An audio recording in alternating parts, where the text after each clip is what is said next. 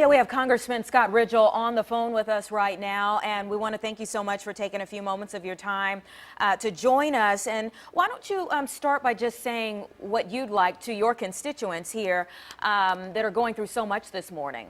Stephanie, this is profoundly sad news for Northampton County, for just the residents of the Eastern Shore in particular. I've actually stayed at that campground, took my family there when they were younger at Cherrystone Campground. It's a wonderful place unless and until something like this comes through. And I know just from having just been on the bay and been part of the Eastern Shore that these cells can come up very, very quickly. And it's just so sad what we've heard. Our hearts go out to the families. We thank our first responders who are doing a wonderful job. And we just hope that the reports of injuries and further deaths won't be coming in. I hope that we know the extent of the injuries and those who have lost their lives as a result of this cell that came through this terrible storm. Congressman, we were given the word from the Eastville Fire Department earlier that 3 people died. State police later said at least 2. What have you heard? Well, I've heard the same conflicting information, and I think given the nature of a storm like this, that is not unusual. The ability of our first responders to really properly and finally assess exactly where we are, it's going to require them to coordinate among the different agencies to talk to who's been admitted to local hospitals, including Centerra and Virginia Beach and Norfolk General Lee. It just takes a while, and I know that our first responders are doing everything they can to help those who are injured, to care for those who have lost their lives, to make sure that the family members are first notified, and to do everything they can. So I'm confident that certainly within a few hours I would expect that they'd have a final assessment as to where we are.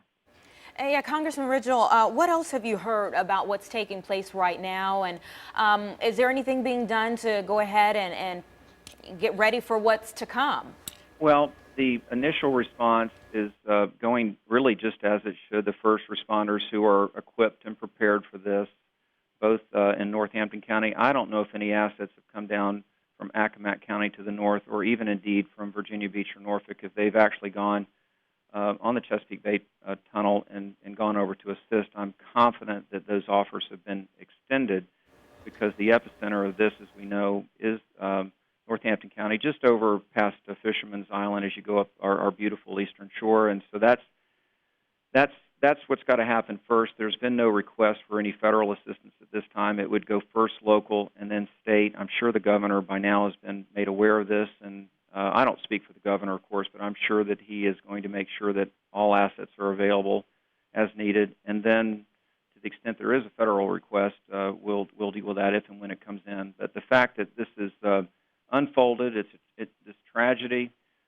families who surely were, enjoying their summer, and for this to come up, it's just very, very sad. And there's a degree of unpredictability, I guess, we know in weather.